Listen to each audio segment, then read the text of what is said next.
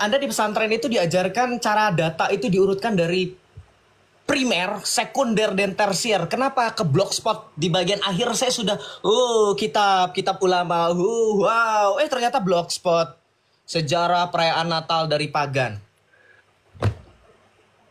Ini apa ya? Kenapa ke blogspot? Anda menyalah-nyalahkan data saya pakai videonya Said Akil Siraj. Hey, at least saya bawa orang kredibel. Gelarnya profesor, kiai haji. Bukan blogspot abal-abal. Itu juga kamu dikirimin sama orang-orang kamu belakang layar, bukankah begitu? Tolong dong kasih tahu, kasihan ini Gus, masa dikasihnya data blogspot? Kasih data yang jurnal akademis kalau mau bahas. Lalu kemudian kamu bahas, bikin syarat sendiri kita yang Islam aja. Terus kenapa tadi sempat bahas, emangnya Matius pernah ketemu Yesus? Lukas pernah ketemu Yesus? Hey, emangnya menurut kamu Asy'ari pernah bertemu Muhammad, bertemu Allah? Ibnu Taimiyah pernah bertemu Muhammad, pernah bertemu Allah. Ulama-ulamamu pernah bertemu Muhammad, pernah bertemu Allah. Pengarang kitabmu yang ada di belakang-belakang itu semuanya yakin ketemu Muhammad. Blunder gak sih? Yang blunder itu kamu. Kamu duluan yang mengajukan syarat, saya balikan. Kamu malah bilang, Joseph kenapa syarat-syaratnya begini? Saya balikan malah jadi playing victim. Inilah Islam. Cengeng. Ya, kamu jelaskan hadis itu benar nggak? Hadis itu benar nggak? Sahih nggak? Kenapa saya tanya tahun? Loh, Anda berani mengkritisi Alkitab Bible ada ratusan tahun. Kenapa kami nggak berani kritisi kitab-kitab ulamamu dari tahun berapa? Pernah ketemu nggak? Jangan ketawa begini-begini. Kamu jangan lempar batu, dilempar balik nggak mau. Jangan kebiasaan jumroh. Ya, di sini bukan jumroh. Kamu berani pertanggungjawabkan nggak kalau kamu berani mempertanyakan, mengkritisi Alkitab nih baru ada di tahun sekian, perikop baru ada ratusan tahun sekian, harusnya berani dong logikanya. Kan Gus nih otaknya lancar, lebih cair daripada umat. Jangan THR aja yang cair ya. Kamu tunjukkan, ini loh kitab ulama kami, ini ulamanya sezaman dengan Nabi. Ini Nabi yang kasih amanat, ini Nabi yang kasih perintah dari Allah. Nggak ada, sama juga, podoai. Terus kenapa kamu maksa-maksa? Ngerti nggak? Ini konsekuensi logisnya kemana-mana jadinya. Paham nggak? Ya. Kemudian kamu mempermasalahkan perikop. Perikop itu yang buat seorang uskup Katolik. Ngerti? Yang kanonisasi gereja Katolik. Paus Damasus yang pertama loh, wifi nggak tahu kan? Paus Damasus yang pertama pada saat konsili Kartago dan konsili Hippo, Islam nggak tahu. Loh, kamu boleh kritisi saya, Joseph ini sok tahu tentang Islam, tapi saya tahu loh. Dibandingkan dengan Islam-Islam awam, kamu akui itu kan? Tapi saya berdiri di atas dua kaki, bukan seperti kamu pincang sebelah. Hanya tahu Islam tapi sok tahu tentang kekristenan. Sehingga kamu berbicara terus terang kemana-mana nggak tahu. Kamu kritisi Paulus katanya. Paulus tahu nggak kamu bertemu dengan para murid ini yang dinamakan dengan sanad. Paulus menuliskan surat. Kata kamu, emang pernah dikatakan Yesus? Masalahnya Yesus memberikan amanat. Pergilah dan jadikanlah semua bangsa muridku. Dan ajarlah segala sesuatu. Para rasul mengajar. Nggak membiarkan umatnya buta huruf. Apalagi diajar sama orang yang buta huruf. Makanya Yesus memberikan amanat pengajaran. Karena tahu rasul-rasulnya kredibel memberikan pengajaran. Makanya 2 Tesalonika 2 ayat 15 dikatakan berpeganglah teguh pada ajaran yang kamu terima dari kami. Baik secara lisan maupun tulisan. Makanya Rasul Petrus pun dalam suratnya yang kedua menuliskan bahwa Paulus itu rekan sekerja Petrus loh. Yang bertemu langsung dengan Yesus. Nanti jangan kamu lupa, Petrus itu juga menuliskan surat. Mengkonfirmasi adanya Markus, Matius, Lukas. Kenal Petrus. Yohanes apalagi yang menulis Injil paling terakhir, Injil Yohanes. Jangan kayak Riva waktu itu bilang Injil sinoptik ada 4. Yohanes itu bukan Injil sinoptik. Makanya jangan sok tahu tentang kekristenan. Jangan imitasi Joseph.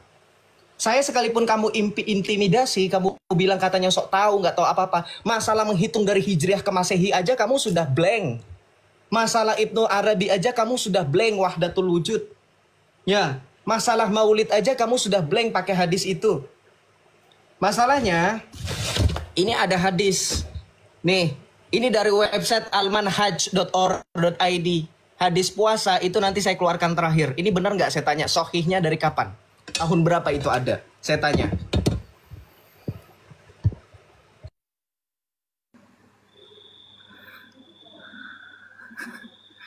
Oke, oke, oke, oke. Ini kita terusan ini sampai jam berapa? Sampai berapa ronde? Terserah sampean. Gimana? 2 ronde lagi atau berapa ronde lagi? Terserah. Ya gak apa-apa, terserah. Saya ngikuti aja. Saya sampai jam 1 pun oke kalau saya. Oh, nggak berpuasa, nggak tidur, nggak sholat tahajud Enggak. 3 malam. Kalau saya sholat tahajudnya itu setengah jam sebelum subuh. Oh, oke. Oke. Mas Joseph tadi mengatakan begini teman-teman. Dia lebih tahu daripada muslim awam. Buktinya saya lebih tahu dari muslim awam. Katanya ada boleh sombong gimana sih?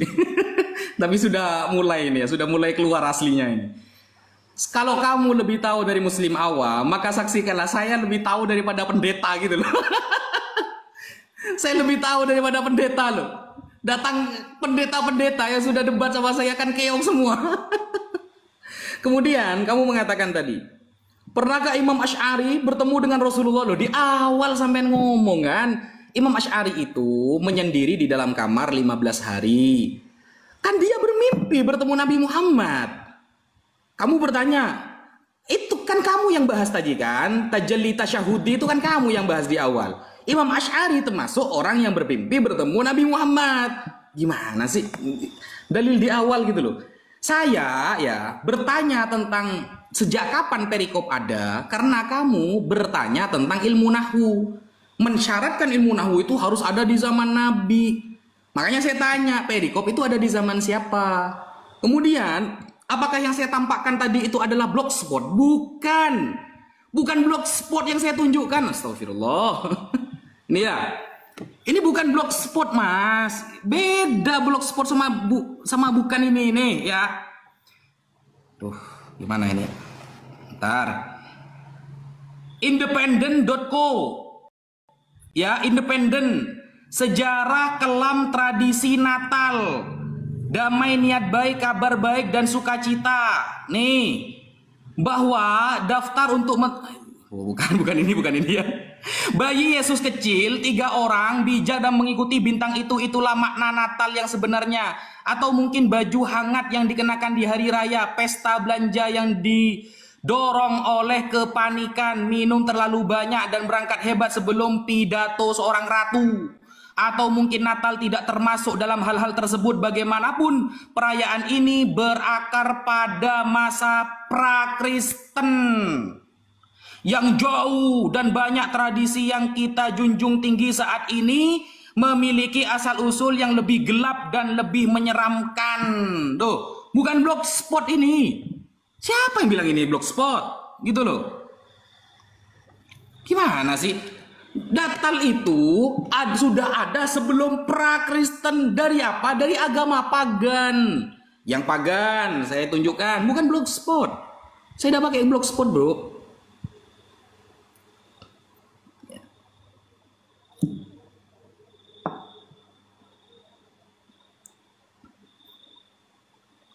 Iya.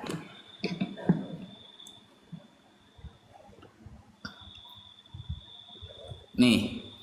Asal-usul dan sejarah pohon Natal menurut kepercayaan pagan.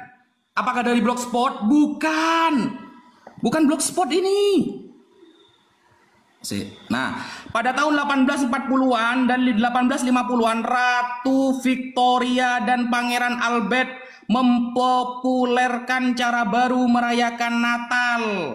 Bagi banyak orang tidak berpikiran untuk merayakan Natal tanpa pohon cemara hijau yang indah di ruang tamu yang dihiasi ornamen berkilau yang kadonya sampai dibungkus seperti kebanyakan tradisi Natal. Termasuk perayaan Natal itu sendiri, asal-usul pohon Natal dapat ditelusuri di tradisi pagan. Pada dasarnya, pohon Natal sepenuhnya bersifat pagan. No, pagan itu penyembah berhala. Bukan blogspot ini. Giliran kamu mengeluarkan hadis pakai blogspot, bisa. Membantah saya pakai video, bisa. Pakai video barusan. Saya menjawabnya langsung pakai hadis Sahih Muslim. Hadisnya sahih. Lalu bertanya, hadisnya itu sahihnya sejak kapan? Apa Apa pertanyaan ini? Hadis itu sohehnya sejak kapan? Kok bisa ada pertanyaan seperti itu loh? Sohehnya sejak kapan itu dari mana pertanyaan itu? Saya bertahun-tahun ngaji ilmu hadis itu gak ada seperti itu. Sohehnya sejak kapan itu? Apa ini?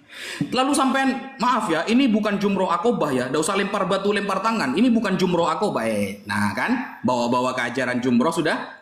Kalau kita lihat di dalam Yohanes 8 nomor 59, lalu mereka mengambil batu untuk melempari Yesus. Tetapi Yesus menghilang. Nah ini jumroh namanya. Orang Yahudi melempari Yesus. Jumrah Yesusah itu.